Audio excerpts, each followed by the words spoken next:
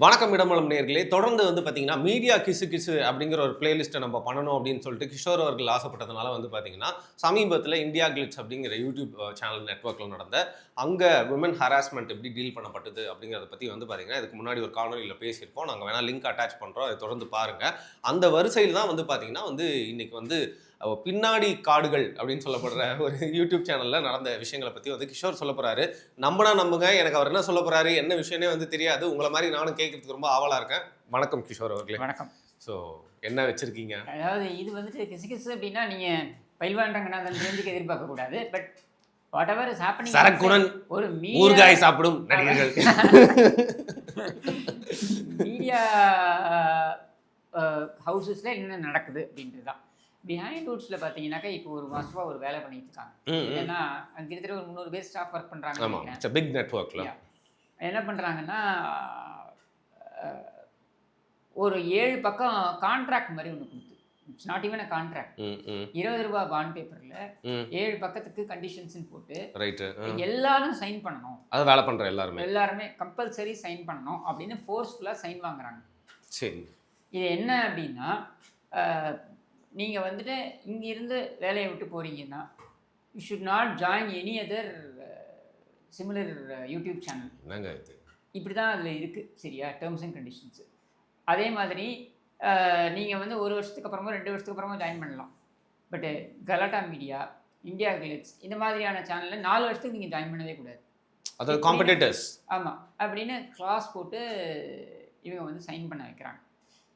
இப்போ என்ன இதில் பார்க்க வேண்டிய விஷயம்னா, இது சட்டப்படி செல்லுமானா சட்டப்படி செல்லாது. சரியா? ஆனா வொர்க் லா, லேபர் லால இது எப்படி வரும்? எப்படி நீங்க பைண்ட் பண்ணுவீங்க? என்ன நீங்க ஒரு விஷயத்தை பத்தி இப்போ நீங்க I will give you an example. இப்போ எடிட்டோரியல் போர்டில் இருக்கீங்க. சரியா? அந்த மாதிரி நீங்கள் எடிட்டோரியல் போர்ட்லையோ இல்லை எடிட்டராவோ நீங்கள் இருக்கீங்கன்னா இந்த மாதிரியான கிளாஸை நீங்கள் போடலாம். இப்போ உதாரணத்துக்கு பார்த்தீங்கன்னாக்கா நம்ம சரத் ஜெமினி சன் டிவி சரத் ஜெமினியை விட்டு வெளில வரும்பொழுது கலாநிதி மாறன் அவர் ஒரு கண்டிஷன் போட்டார். ஏன்னா you should not go and join any other channel அப்படின்னு சொல்லிட்டு. இன்ஃபேக்ட் கலாநிதி மாறனுக்கு இந்த இதை கற்றுக் கொடுத்ததே சரத் தான். சரியா? தொழில் நுணுக்கங்களை கற்றுக் கொடுத்ததே. பட் இருந்தாலும் அந்த போடுறாரு. ஏன்னா ஒரு ஹெவி செட்டில்மெண்ட் அவர் கொடுத்துருப்பார். சரி, அந்த ஹெவி செட்டில்மெண்ட்டை வாங்கிட்டதுனால இப்போ இந்த சமயத்தில் தான் என்ன ஆகுது, கருணாநிதி குடும்பத்துக்கும் மாறன் குடும்பத்துக்கும் ரிஃப்ட் வருது, பெரிய சண்டை, சொத்து தகராறு வருது.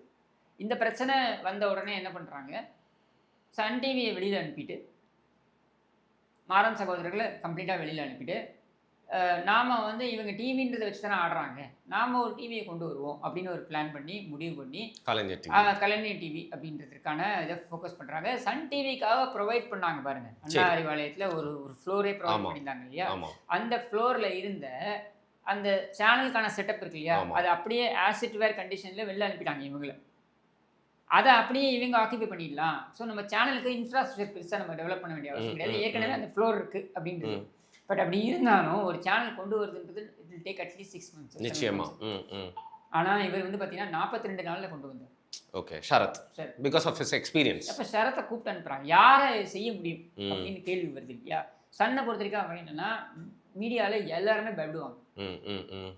ஏன்னா இந்த கேடி சகோதரர்கள் எந்த சேனலாக இருந்தாலும் அதை வளர விடாமல் அதை நாசம் பண்ணுறது எப்படி அப்படின்றதுக்கு ஒரு டீமையே செட் பண்ணி அவங்க உள்ளுக்குள்ளே அனுப்பி அதை காலி பண்ணுறது அப்படின்ட்டு ரவி பர்னாரோட சேனல் ஆரம்பித்தார். நிலா டிவின்னு நினைக்கிறேன் ஆரம்பித்தார். அதுக்குள்ளேயும் ஆளை அனுப்பி காலி பண்ணாங்க. இந்த மாதிரி நிறைய இவங்க பண்ணுவாங்க, ட்ரோஜன் ஹார்ஸ் மாதிரி. ஆமாம், அவங்க பண்ணுவாங்க. ஸோ அதனால யாரும் இதுக்குள்ளே நம்ம ஏன் வரணும்னு யோசிக்கும்போது இந்த ஒரு டைம் பீரியடுக்குள்ளே மிக விரைவாக ஒரு சேனலை கொண்டு வர முடியும்னா சரத்தால தான் முடியும் அப்படின்னு சொல்லி கருணாநிதி கூட்டு அனுப்புறாரு.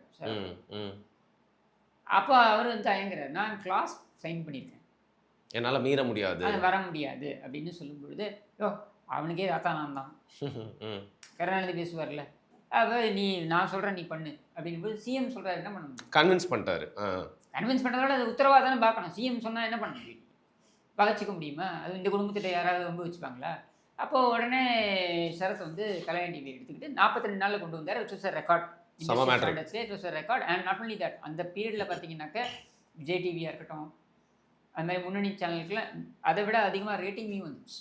ஏன்னா ப்ரோக்ராம்ஸ்லாம் அந்த மாதிரி ஃபுல்லாக ஃபில் இன் பண்ணாங்க. அந்த மாதிரி அவங்க கொண்டு வந்தாங்க. ஸோ அதனால் வந்து Sarath had a good name. ஆனால் இவன் கண்கள் பணிந்தது இதயம் இனித்ததுன்னு பண்ணி கருணாநிதி சேர்த்துக்கிட்டார்ல. ஆமாம் ஆமாம். அது நடந்து 2 மாதத்துலலாம் எனக்கு தெரிஞ்சு December 5ன்னு நினைக்கிறேன் அந்த ஆண்டு சரத்தோடைய வீட்டுக்கே போய் முகமது அலி ஜின்னா, இவங்க தயாநிதி மாறன், கலாநிதி மாறன் அவங்க வீட்டுக்கே போய் நீ யாரா எங்களெல்லாம் மீறி இது பண்ணுவியா, நீயே சைன் பண்ணல கிளாஸ் அப்படின்னு சத்தனாகி வாக்குவாதமாகி அதில் அவர் சரத் எழுந்துட்டு இவங்க அடிக்க பாயிற மாதிரி திட்ட வரும்போது அவர் எழுந்தார் பாருங்க. எழுந்தும்போது கீழே விழுந்துட்டார். கீழே விழுந்ததில் அவர் கால் இடிச்சிக்கிச்சு. இதில் அந்த ஸ்டீல் பிளேட்டில் டேபிளோடைய அந்த கார்னரில் ஸ்டீல் இதில் இப்போ வரைக்கும் அவருக்கு பிளேட் வச்சுருக்காங்க. சரியா? ஸோ எதுக்கு இதை சொல்ல வரேன்னா, இந்த மாதிரி நீங்கள் டாப் ரேங்க்கில் இருக்கிறவங்கள நீங்கள் வந்து இந்த மாதிரி கம்ப்ளீட் கிளாஸ் போடலாம். ஏன்னா அவனுக்கு அந்த உள்ளுக்குள்ளே இருக்கக்கூடிய சீக்ரெட் என்னன்னு தெரியும், என்னென்ன பிளான் பண்ணுறாங்க இதெல்லாம் தெரியும். கீழே இருக்கிறத விட கீழ்நிலையில் இருக்கக்கூடிய கேமராமேனுக்கு என்ன தெரியும்? இங்கே கேமரா ரோல் பண்ணுற மாதிரி தான் அங்கேயும் போய் ரோல் பண்ண போகிறாங்க. அவன் என்கிட்ட போயிட்டு நீ 15,000 ரூபாய் சம்பளம் வாங்கிட்டு வாங்குறான்னு வைங்க ஒரு ஆள். அவன் எனக்கு வந்து இன்னொரு சேனலில் அவனுக்கு வந்து 18,000 ரூபாய் கிடைக்குதுன்னா அந்த 3,000 ரூபாய் அவன் ஃபேமிலிக்கு எவ்வளோ பெரிய இருக்கும். சரியா? அவன் போகக்கூடாதுன்னு மிரட்டத்துக்கு நீ யார்? ஏன்னா அடிமை சாசனமா? ஸோ அப்படி பார்க்கும்பொழுது யூ கேனாட் பைண்ட் தம். இது லேபர் லாக்கு எதிரானது. இந்த கென்னின்னு ஒரு ஆள் உட்காந்துருக்காப்புல, அவன் தான் எல்லாரையும் மிரட்டி சைன் வாங்குறது. அவர் என்ன ப்ரோக்ராமிங் ஹெட் மாதிரி ஏதாவது பொசிஷனில் இருக்காரு? ஏதோ ஒரு ஹெட்டாக உட்காந்துட்டு எல்லாரையும் கூப்பிட்டு மிரட்டி சைன் வாங்குறது. இதை நான் என்ன கேட்குறேன் அப்படின்னா, Manoj who happens to be the MD or Ramesh who happens to be the head or Keni, இந்த எனக்கு தமிழ்நாடு பேஸ்டு பீப்புள், இவங்களுடைய கீழ் லெவலில் இருக்கக்கூடிய இவங்க போயிட்டு லேபர் ஆக்ட் படி இவங்க போய் லேபர் கோர்ட்டுக்கு போனாங்கன்னா these fellows will be punished and labor court is very serious. சரியா? அப்போது நீ வந்துட்டு எப்படி இவங்களெல்லாம் பைண்ட் பண்ணுற? இந்த மாதிரி இதை ஏன் பைண்ட் பண்ணுறாங்க அப்படின்னா, இவங்களுடைய ஆர்கனைசேஷனில் சஜீவ்னு ஒரு ஆள் இருந்தாப்புல. சரிங்க. இந்த சஜீவ் என்னென்னா, இவர் வந்து 8 வருஷம் ஒரு புண்ணாக்கம் தெரியாதுன்னா பில்டப் கொடுத்துக்கிட்டே அங்கே இருந்தாப்புல. 8 வருஷம் நீங்கள் ஏமாந்துருக்கீங்க சஜீவ்கிட்ட. அது பணங்கையாடெல்லாம் நிறைய பண்ணிட்டார் போல இருக்கு. பணங்கையாடெல்லாம் நிறைய பண்ணிட்ட காரணத்தினால வெளியில் இங்கே சாக் பண்ணி அனுப்பிட்டாங்க. அப்புறம் போய் ஒரு 6 மாசமா என்னமோ குமுதமில் இருந்தார். குமுதம் டிஜிட்டல். ஆமாம். அப்புறம் குமுதமில் இருந்து கலாட்டாக்கு போயிட்டார். ரைட்டு. காம்படிட்டர்ஸ். ஆமாம். கலாட்டாவை பொறுத்திருக்கு என்னென்னா, பிஹைண்ட் வுட்ஸ்னு இருந்து அவன் 1 வருஷம் இருந்தால் கூட, இல்லை 4 மாதம் இருந்தால் கூட டக்குன்னு தூக்கி உள்ளே போட்டுப்பாங்க. நீ வாடா என் செல்லம் அப்படின்னு ஏற்றுப்பாங்க வண்டியில். அப்போ கலாட்டாவில் என்னென்னா, சஜீவ் போயிட்டு ஒரே நாளில் 40 பேர் தூக்கினார் பிஹைண்ட் வுட்ஸ்லேருந்து. ஸோ அதனால் இவங்க அது உங்கள் மேல் மட்டத்தில் உங்களுடைய சண்டை.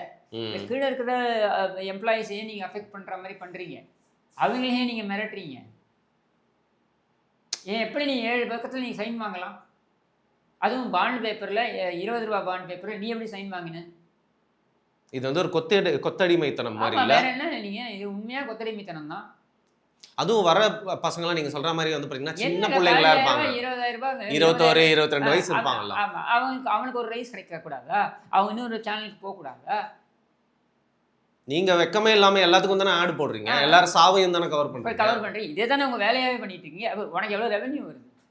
அவன் ஒரு 3000 ரூபாய்க்கு போகக்கூடாதா? இதுதான் வந்து பிஹைண்ட் வுட்ஸ் நடந்துகிட்டு இருக்குங்க. சரி, இது எவ்வளோ நாள் இப்போ நீங்கள் சொன்ன இந்த பிரச்சனை நடந்தது எவ்வளோ நாளுக்கு அப்புறம்? இப்போ தொடங்கி 2 வருஷம் முன்னாடி இப்படி பண்ணாங்க. சரிங்க. சரியா? 2 வருஷம் முன்னாடி இந்த வேலை இந்த மாதிரி தான் பண்ணாங்க. இப்போ திருப்பி இந்த வேலையை பண்ணுறாங்க. சரி, you cannot force somebody to be with you. உங்கள் கூட உங்களோட பணியில் இருக்கணும்னு நீங்கள் ஃபோர்ஸ் பண்ண முடியாது. நான் ஏற்கனவே சொன்ன மாதிரி டாப் பிராஸில் இருக்கிறவங்கள நீங்கள் அதை பண்ணலாம். ஏன்னா அவங்களுக்கு நீங்கள் பணம் லட்சக்கணக்கில் கொடுக்க போகிறீங்க சம்பளம். அது மட்டும் இல்லாமல் அவங்களுக்கு உங்களோட பிளானிங் எல்லாமே தெரியும். அண்ட் மார்க்கெட்டிங் மீடியா கிளைண்ட்ஸ்லாம் எடுத்துகிட்டு போயிடுவாங்கல்ல, அவங்க சேல்ஸ் கிளைண்ட்ஸ்லாம் தூக்கிட்டு போயிடுவாங்க. அதனால இருக்கிறவங்கள்ட்ட நீங்கள் அதை பண்ணுங்க, இல்லைன்னு சொல்ல. கீழே கேமராமேன்லாம் ஏன் மிரட்டி வாங்குற?